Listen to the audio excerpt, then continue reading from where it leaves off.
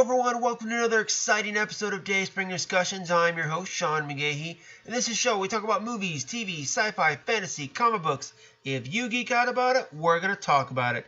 You can listen to Dayspring Discussions on iTunes, YouTube, Podomatic, and Patreon, and contact Dayspring Discussions on the Facebook group, Twitter account, and dayspringdiscussions@gmail.com. Well, happy Tuesday, everyone. It is a sunny day here in Austin. And this is my first podcast, or first show, in a little time. I know I didn't do a show last week. Basically what happened was this past weekend, I went to Las Vegas. Had a blast. Can't really remember much, but that's what's supposed to happen, right? In any event, though, I was off this weekend, which means I worked all last weekend, so I didn't have time. And it's a crime shame because there was a lot of good stuff that came out last week that I wanted to talk about. If you were on the Facebook group, you saw I kind of did brief emojis of how I felt about everything. But today, I'm just going to run down real quickly, kind of briefly reviewing stuff from last week so I can get to a few things from this week. Luckily, my schedule is a little bit easier this week, so I should be able to do a few shows. You guys fire back on the social media groups and the Gmail account. Let me know what you think. Alright, so first thing I want to talk about is the Bumblebee trailer. That's right, Paramount put out their first trailer for the Transformers spin-off prequel film starring Haley Steinfeld.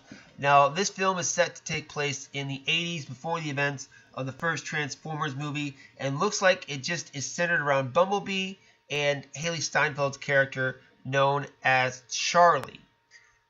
I gotta be honest, the Transformers films, they suck. We all know it. We all know they've turned into a piece of crap. Paramount just canceled the following Transformers one. What would it be, like 6? Is that what we're up to now? Yeah, it'd been the 6th Transformers film. They just announced that they're not actually going to do it. Some people are thinking that they're going to reboot after Bumblebee. I kind of had the idea that maybe they could use Bumblebee as a soft reboot for the franchise. And after seeing this trailer, I totally agree with it. I loved this trailer. I liked Transformers as a kid. I grew up in the 80s. I love the Transformers animated movie. I was just listening to the soundtrack last night, guys. If you want a soundtrack that is the epitome of 80s music, go find Transformers, the album.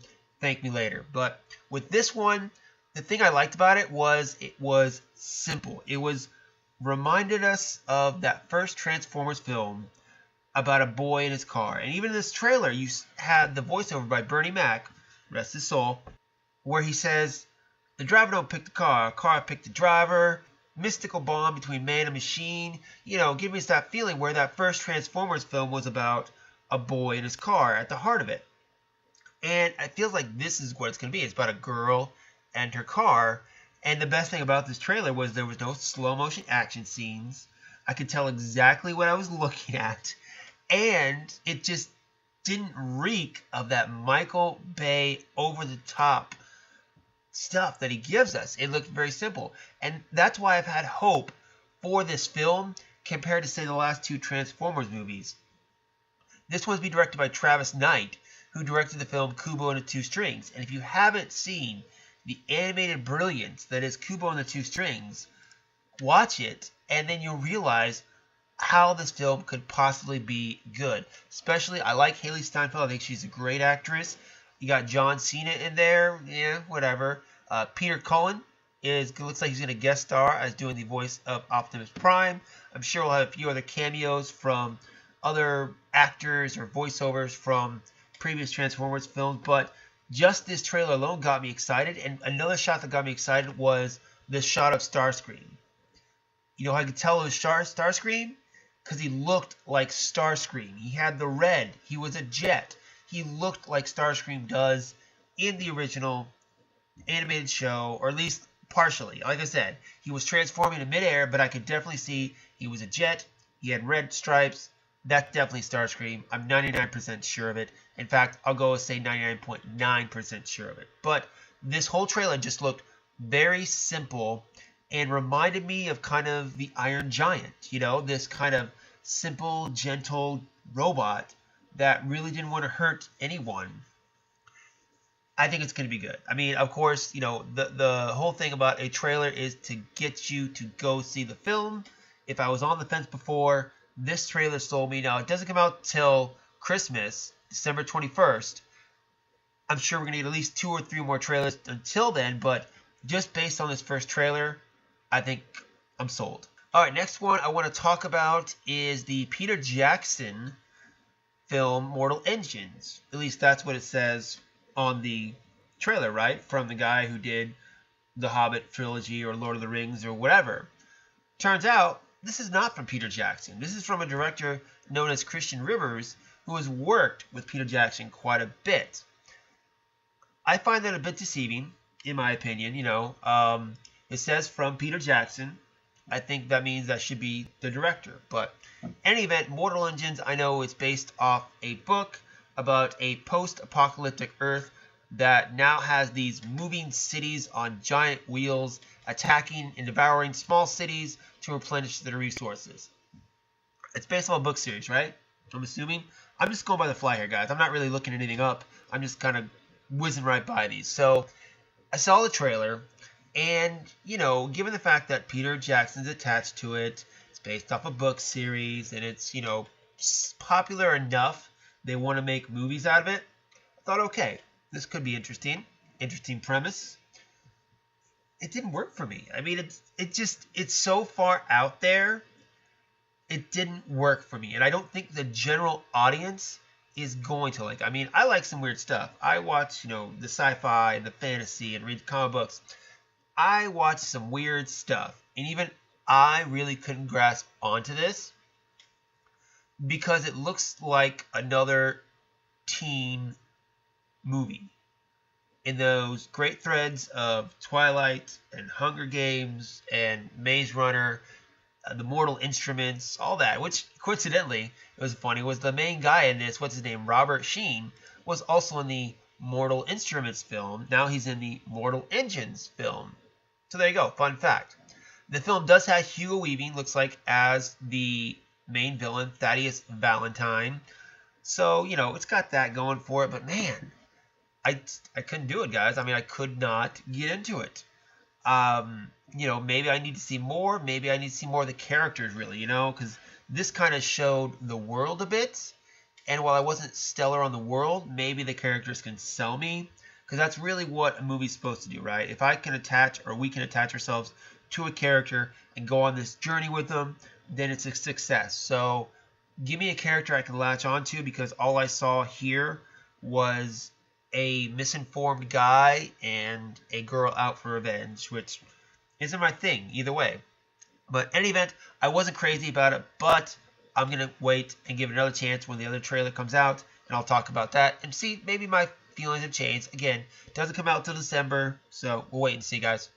Alright, and the last thing from last week that I wanted to talk about, just very briefly, is going to be Spider-Man Into the SpiderVerse. That's right. The animated Spider-Man film had an official trailer. We've gotten a teaser trailer, but this is the first official trailer. It was 2.5 minutes long, and we got to see Miles Morales in this Spider-Man world. And the thing about this is, right off the bat, they did the voiceover where it said, your universe may only have one Spider-Man, but this one doesn't, or something like that. Again, going by the seat of my pants here, guys, not looking anything up. So it kind of established that pretty much in that phrase, this is not the MCU, I think is what they're trying to say. It's like, yeah, they have Spider-Man in the MCU, this is not that, which is something maybe they should do for the Venom film, but that's neither here nor there. So, this one, superhero animated film in theaters. The last time we got a wide released one of these was Batman Mask of the Phantasm many years ago. If you don't count the Lego Batman movie, which technically I don't, but I watched the trailer and I'm still not sold on the animation style. I think the story I'm pretty much sold on. It's the animation style, because it reminded me, did you ever watch or do you ever see that Spider-Man animated show on MTV? It was right after the Tobey Maguire, Sam Raimi films came out.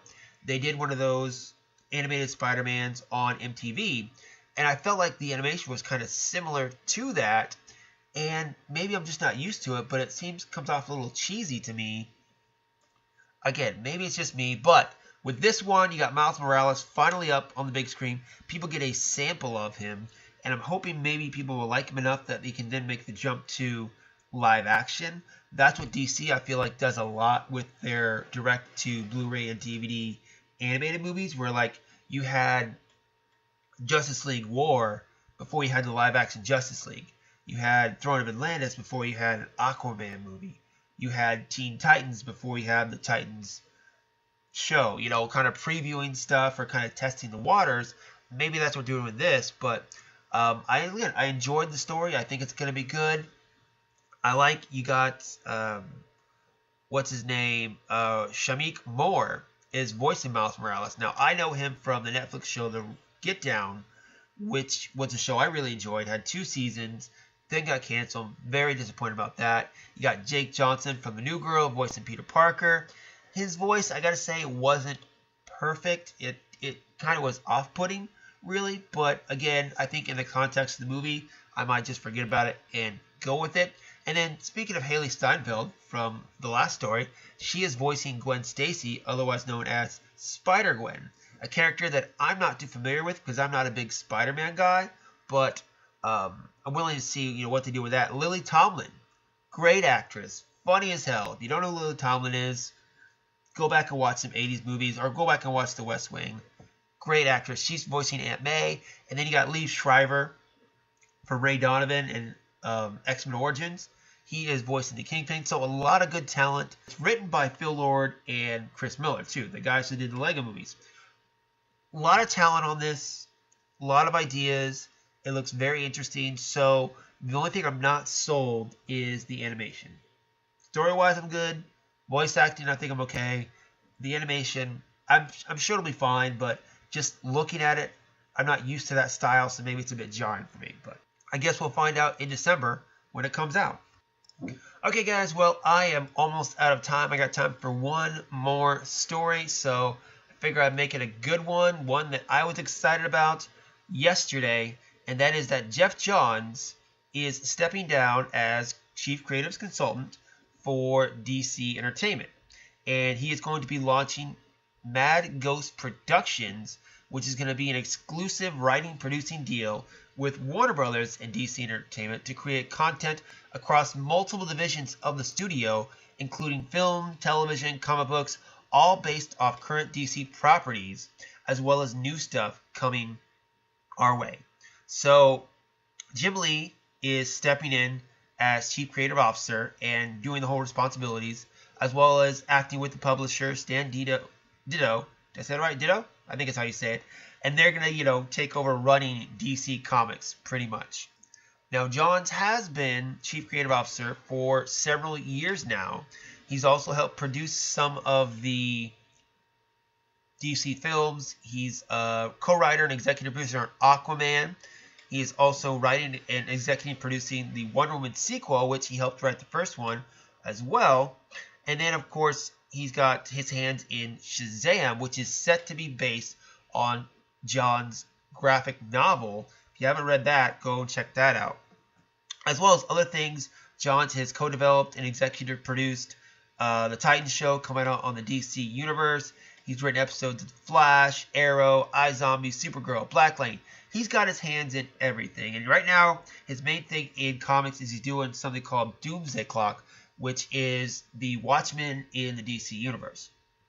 So basically, what we can take away from this is that Geoff Johns is back doing what he does best, which is writing.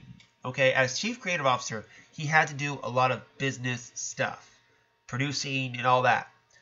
With this, it kind of takes that off of his hands, where he can get back to writing and doing creative stuff. Perfect. Okay, Geoff Johns, one of my favorite writers of all time. Anything he writes, I'll at least check out. He brought The Flash, Aquaman, Green Lantern, all these characters back into the spotlight for DC Comics, especially with Green Lantern. And along with this announcement, they did announce that he's going to start writing Green Lantern Corps, which is based off his Green Lantern run, his 9-year Green Lantern run. He's going to take pieces from that and make a movie out of it. And super excited. How could you not be excited? If you have read anything Geoff Johns has done, it's Green Lantern, you got to be super excited about it. In those years, Johns opened up an entire world and just, let Pandora out of the box, where he introduced a whole slew of corps, from red lanterns, blue lanterns, white lanterns, black lanterns. I mean, he just blew the doors and expanded that world so much. I used to say, or I still say, I don't care if the X-Men join the Marvel Cinematic Universe, because in Marvel Comics, X-Men has always had kind of their own corner. A lot of times they don't cross over in the big events. They have enough characters to where they can kind of stay in their own little world. They don't need to be a part of the MCU. Green Lantern is that in the DC Comics to me. I think they, have enough characters. The world is so rich, especially thanks to John, that you don't need to bring in a Superman or Batman or Justice League. There are so many different personalities and characters just in the Green Lantern mythology. You don't need the rest of the DC universe. And that's what I'm hoping they're going to explore. They're talking about how you're bringing back Hal Jordan, bringing in John Stewart. That's going to be awesome. I'm super excited for that.